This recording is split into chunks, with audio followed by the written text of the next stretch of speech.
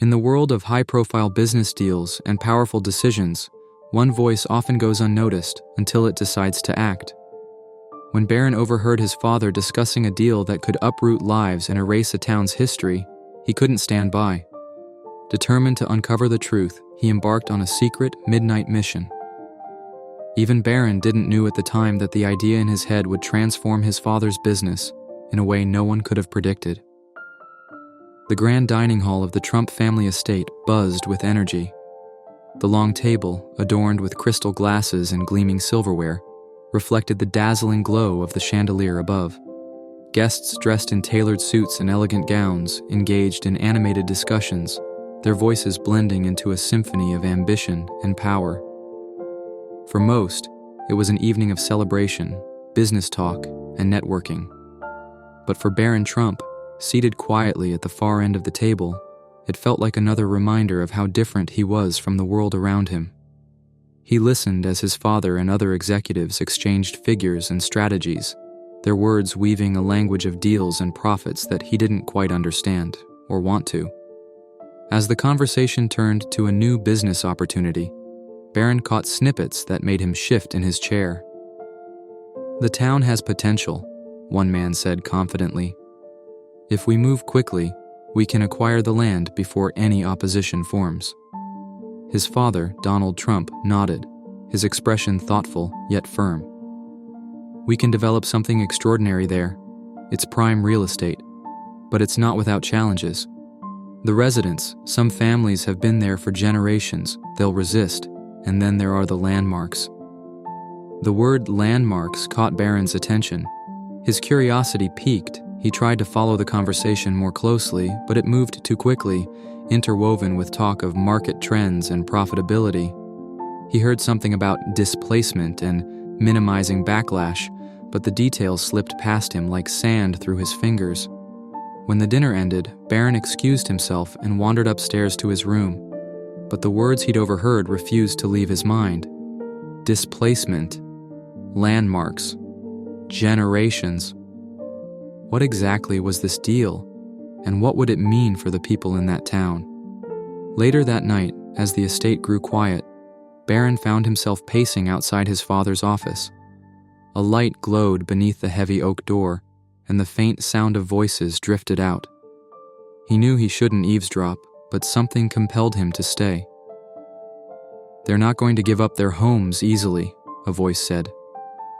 It wasn't his father's, but someone else's, an advisor, perhaps. "We'll have to present it as inevitable. Once the plans are approved, they won't have a choice." Donald's voice followed, calm and commanding. "Focus on the big picture. This town's history doesn't pay the bills. The deal will create jobs, boost the local economy, and be a win for everyone in the long run." Barron's stomach tightened.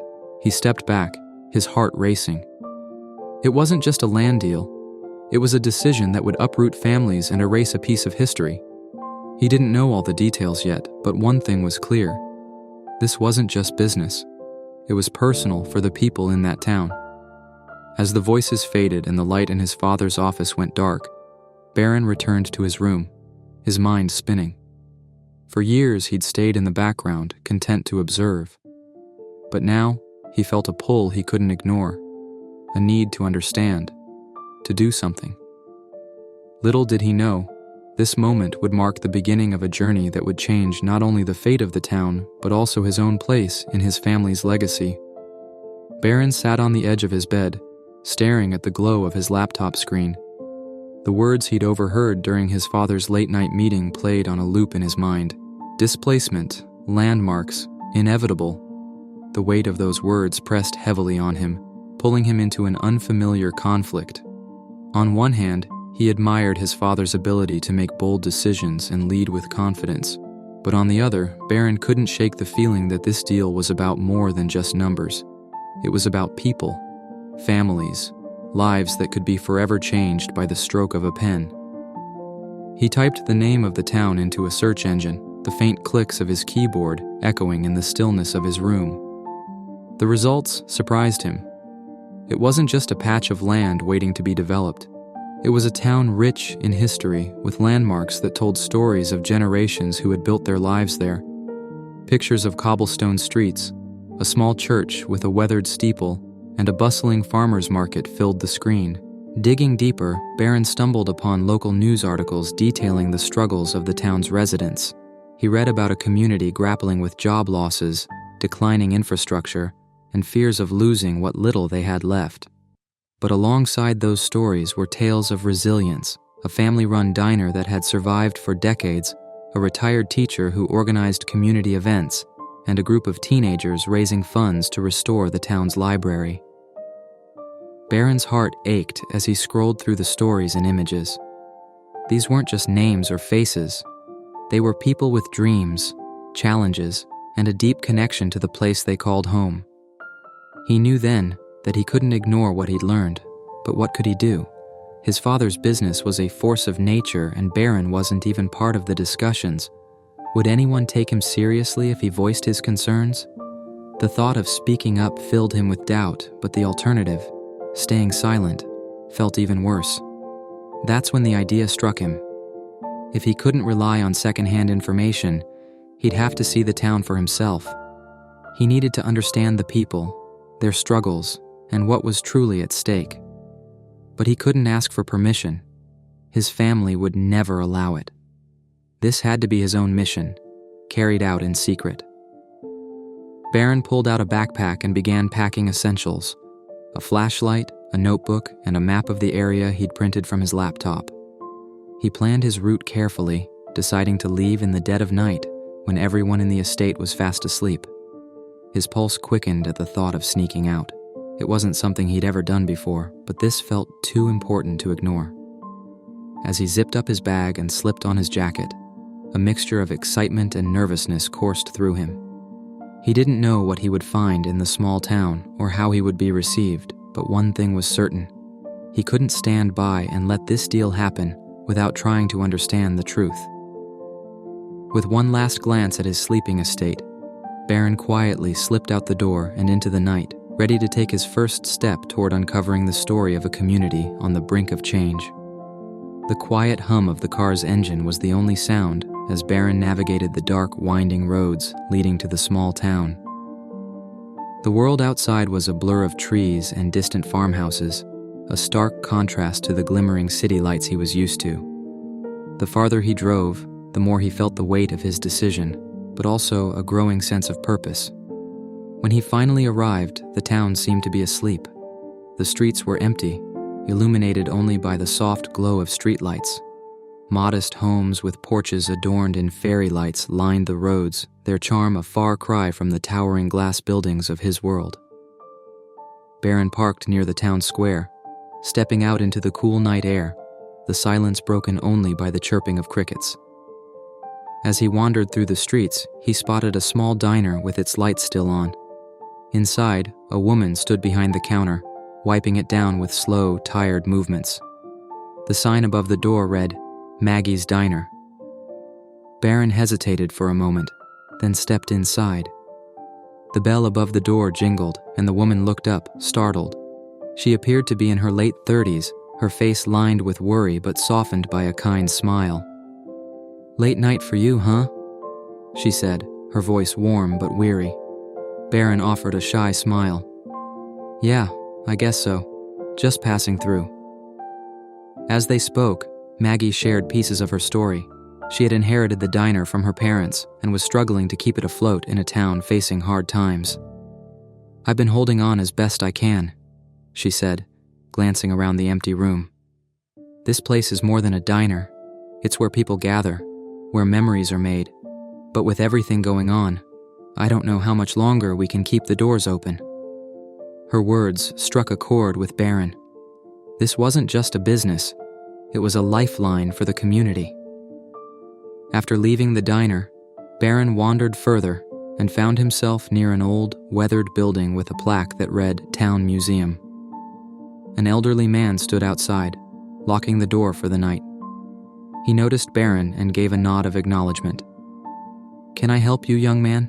he asked, his voice tinged with suspicion but softened by curiosity. Barron introduced himself simply, saying he was visiting to learn more about the town. The man, who introduced himself as Mr. Whitaker, was the town historian and the museum's curator. With a quiet passion, he explained the significance of the museum and the landmarks scattered throughout the town. "This town has stories in its bones," Mr. Whitaker said, his eyes glinting in the moonlight. "Every brick, every street corner. There's history here. If they take it away, they're not just erasing buildings, they're erasing us." Barron listened intently, moved by the man's dedication. He realized that these landmarks weren't just relics, they were a part of the town's identity. As the night deepened, Barron stumbled upon a park where a group of teenagers had gathered around a table, surrounded by posters and donation jars. Curious, he approached them. "Hey, what's going on here?" he asked. A girl, probably a few years older than him, looked up from the table. "We're organizing a fundraiser," she said. "The town's library is falling apart, and with everything else going on, no one has the money to fix it. So we're trying to raise whatever we can to keep it open." Barron admired their determination. They could have easily given up, but instead, they were working tirelessly to protect what mattered to them. As the sun began to rise, Barron sat on a bench in the town square, his mind racing with everything he had seen and heard. This wasn't just a patch of land, it was a home, a community built on resilience, connection, and shared history. These people weren't just fighting for their homes, they were fighting for their identity, their culture, their legacy. For the first time, Barron saw the true stakes of his father's deal. This town wasn't just another business opportunity, it was a story worth preserving, and he knew he couldn't walk away without doing something to help. The drive back from the town was filled with a whirlwind of emotions.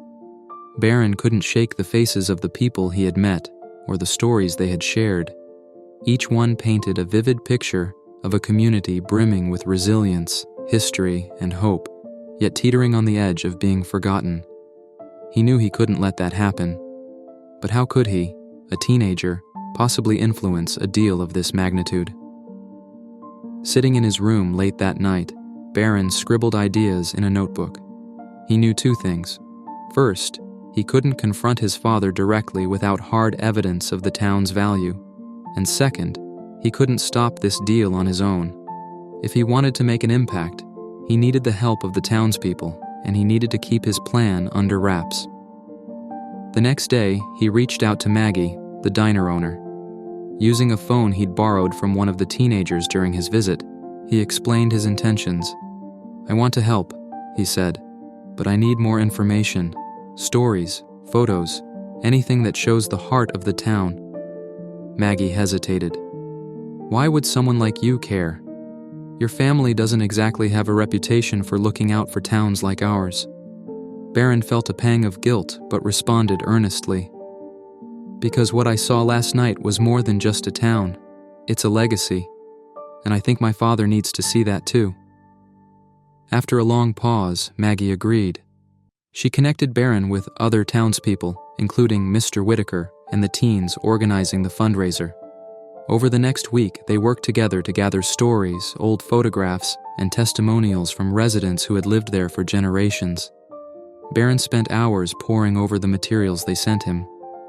He read about the town's founding, its role in key moments of history, and the tight-knit community bonds that had sustained it through economic hardships. He compiled these into a digital presentation, weaving a narrative that highlighted not just the town's past, but also its potential for the future. But his secret mission wasn't without challenges. One evening, as he was editing photos and writing notes, he heard a knock on his bedroom door. It was his security detail. "Your father wants to see you," the guard said, his tone firm. Barron's heart raced. Had they found out about his late-night trips? Keeping calm, he tucked the materials under his bed and followed the guard. To his relief, his father only wanted to discuss an upcoming family event. But the encounter served as a stark reminder of how precarious his efforts were. One slip and his plan could unravel. Back in the town, skepticism from some residents posed another obstacle. While many were eager to share their stories, others were wary of his intentions. "Why should we trust you?" one man asked during a video call. "You're just another Trump. What's stopping you from using all this to push the deal through faster? Barron's voice was steady but firm. Because I'm not doing this for the deal. I'm doing it for you. If I wanted to help the deal, I wouldn't be spending my nights working on this. I'd just stay silent. Slowly but surely, his sincerity won them over. The townspeople began to see him as an ally rather than an adversary, and the momentum grew. Barron now had enough material to make a compelling case. He knew the presentation alone wouldn't guarantee success, but it was a start. It was proof that this town was more than just numbers on a ledger. It was a story worth preserving. As the week came to an end, Barron looked at the finished presentation on his laptop. It wasn't perfect, but it was powerful. The question now was, when and how would he present it to his father? The day of the family business meeting arrived, and the tension in the Trump estate was palpable. Barron knew this was his moment, but his heart raced as he clutched the tablet holding his presentation. It wasn't just a collection of facts and figures. It was the heart of a community captured in photos, stories, and possibilities. The meeting convened in the grand conference room, where Donald Trump and his board members gathered around a massive oak table. Charts, financial reports, and blueprints were displayed on the screen as executives discussed the potential deal. Barron sat quietly at the far end of the table, blending into the background as usual. "Gentlemen," Donald said, his voice commanding, "this project is an opportunity to create something incredible. The town has potential, and with the right approach, we can turn it into a development that benefits everyone." As the discussion continued, Barron realized he needed to act before the deal was finalized. Summoning every ounce of courage, he raised his hand slightly. The room fell silent, all eyes turning to him. "Dad," Barron began, his voice steady but firm, "I think there's something you need to see before this decision goes any further." Donald's brow furrowed, but he nodded. "All right, Barron, the floor is yours." Barron stood and walked to the screen at the front of the room. As he connected his tablet, the first slide of his presentation lit up, a black and white photo of the town square, vibrant with life and history. "This isn't just about land," Barron began, his voice gaining strength. "This is about a community, a place where generations have built their lives, where stories are written into every brick and cobblestone. If we move forward with this deal as it is, we're not just displacing people, we're erasing their history." The room was silent as Barron clicked to the next slide, a picture of Maggie standing proudly in her diner with a caption that read, "The Heart of the Town." He shared her story, how the diner wasn't just a business, but a gathering place that had brought people together for decades. Then came the photos of Mr. Whitaker and the town's landmarks, accompanied by quotes about their significance. Finally, he showed the teenagers raising money for the library, highlighting their resilience and determination. "This town isn't dying, it's fighting to survive," Barron continued. "And if we take that away, we lose something irreplaceable." He paused, letting his words sink in before moving to the final part of his presentation. An alternative plan. He proposed a development strategy that preserved the town's landmarks and culture while creating new opportunities for growth, such as renovating unused buildings into modern spaces for businesses and tourism. "I know this won't be as profitable up front," Barron admitted, "but in the long run, it's a win-win. We can create something meaningful that benefits everyone, not just us." The room remained silent as Barron finished, his heart pounding. He glanced at his father, whose expression was unreadable. Donald leaned back in his chair, his gaze fixed on the screen. "You put this together?" he finally asked. "Yes," Barron replied, his voice unwavering. "I met the people, heard their stories, and saw what's at stake. This deal can't just be about money. It has to be about doing the right thing." Donald's eyes narrowed slightly, a look of both curiosity and concern crossing his face. "I appreciate your effort, Barron," he said, his tone measured. "But if you're going to wander off like this, it's dangerous. You should have taken your security detail with you. What if something had gone wrong?" Barron met his father's gaze, his voice calm but firm. "I understand the risks, Dad, but if I'd walked into that town with a security team, they wouldn't have trusted me. I needed to see it for what it really was, without barriers, without assumptions." Donald held his gaze for a moment longer before nodding. "Fair point. But next time, let someone know. I don't want you putting yourself in harm's way." For a moment, the room held its breath. Then Donald nodded again, this time slowly. "You've given me a lot to think about, Barron. We'll take a closer look at your proposal." The board members murmured among themselves, some nodding in agreement. Barron felt a surge of relief and pride. He had done it. He had made them see the town for what it truly was, not just land, but a living, breathing legacy. The days following Barron's presentation were filled with quiet anticipation. He knew his father well. Donald Trump rarely made decisions without careful deliberation, especially when it came to major business ventures. Still, Barron couldn't help but wonder if his efforts had truly made an impact, or if his proposal would be swept aside by the sheer weight of profits and practicality. Late one evening, Donald called for Barron to join him in his office. The room, with its towering bookshelves and imposing desk, seemed larger than ever as Barron stepped inside. His father sat behind the desk, reviewing a stack of papers. Without looking up, Donald gestured for him to sit. "You gave us a lot to think about," Donald began, his tone neutral but deliberate. "Your presentation wasn't just impressive, it was insightful. You saw something in that town that most people, including my advisors, missed, and you made me see it too." Barron felt a flicker of hope but remained silent, letting his father continue. "The truth is, I wasn't planning to pivot this deal," Donald admitted. "But your research, the stories you brought forward, and the resilience of those people, it's hard to ignore. You've convinced me that there's more value in preserving that community than in replacing it." Barron's breath caught. He hadn't expected his father to concede so openly, much less to give credit to his findings. Donald leaned back in his chair, his fingers steepled. "We're going to pivot the project.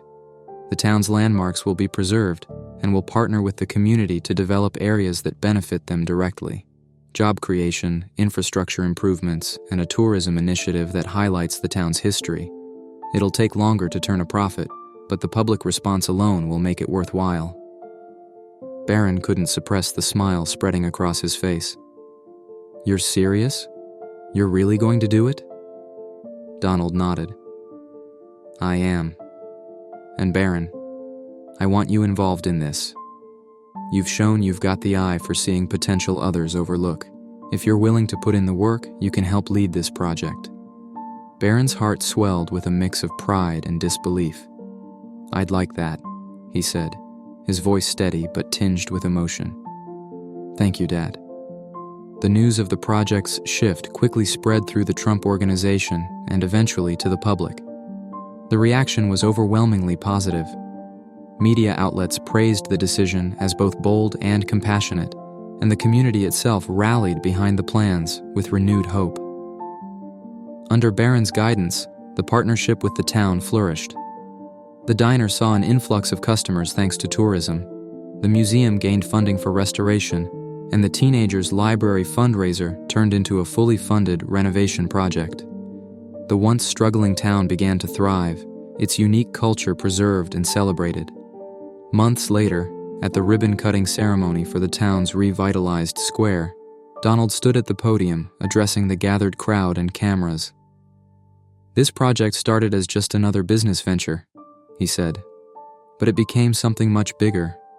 And I have my son Barron to thank for that. He reminded us all that success isn't just about what you build, it's about who you build it with." The applause that followed was deafening. Barron, standing off to the side, felt a swell of pride, not just in the project, but in the realization that he had made a real difference. What began as a quiet midnight mission had transformed into something far greater than he could have imagined. The sun was beginning to set as Barron stood atop a hill overlooking the small town. The warm golden light bathed the streets below, where families strolled through the newly revitalized square. Children played near the restored library, and visitors explored the preserved landmarks that had once been on the brink of erasure. Barron took a deep breath, letting the quiet pride wash over him. The past few months had been a whirlwind of challenges, but standing here now, he felt an overwhelming sense of accomplishment. For the first time, he truly understood what it meant to take action, not just for himself, but for others. He had stepped out of the shadows, spoken up, and made a tangible difference. His thoughts drifted to the night he had overheard his father's conversation, the moment that had sparked it all.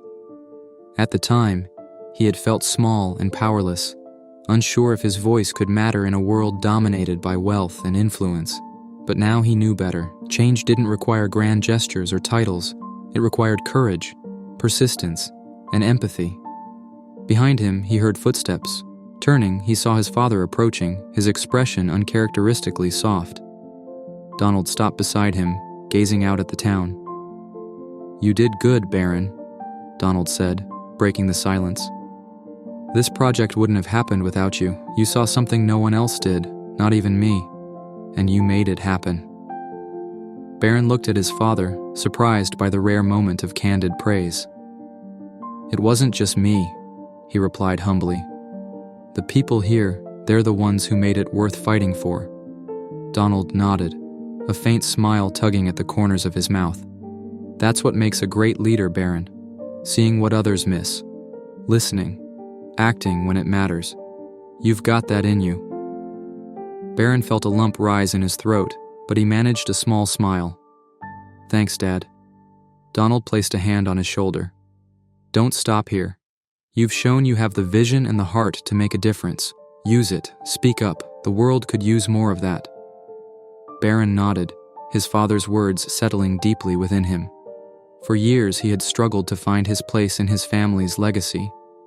Now he realized it wasn't about following in footsteps, it was about forging his own path. As Donald turned and walked back toward the car, Barron remained on the hilltop a little longer. He watched as the last rays of sunlight painted the town in hues of gold and crimson. This place, these people, had changed him just as much as he had changed them. A soft breeze rustled the leaves around him, and Barron smiled, his heart full. His midnight mission had started with a simple act of curiosity, but it had become something so much bigger. It had taught him the power of standing up for what's right, of listening to those often overlooked, and of believing that even one person could make a difference. And as the stars began to appear in the sky, Barron turned and walked back to his family, ready for whatever the future would bring. If this story inspired you, don't forget to hit the like button, share it with someone who loves a good tale, and subscribe to our channel for more captivating stories like this. And remember, even the smallest actions can lead to big changes, just like Barron's journey. Stay tuned for more.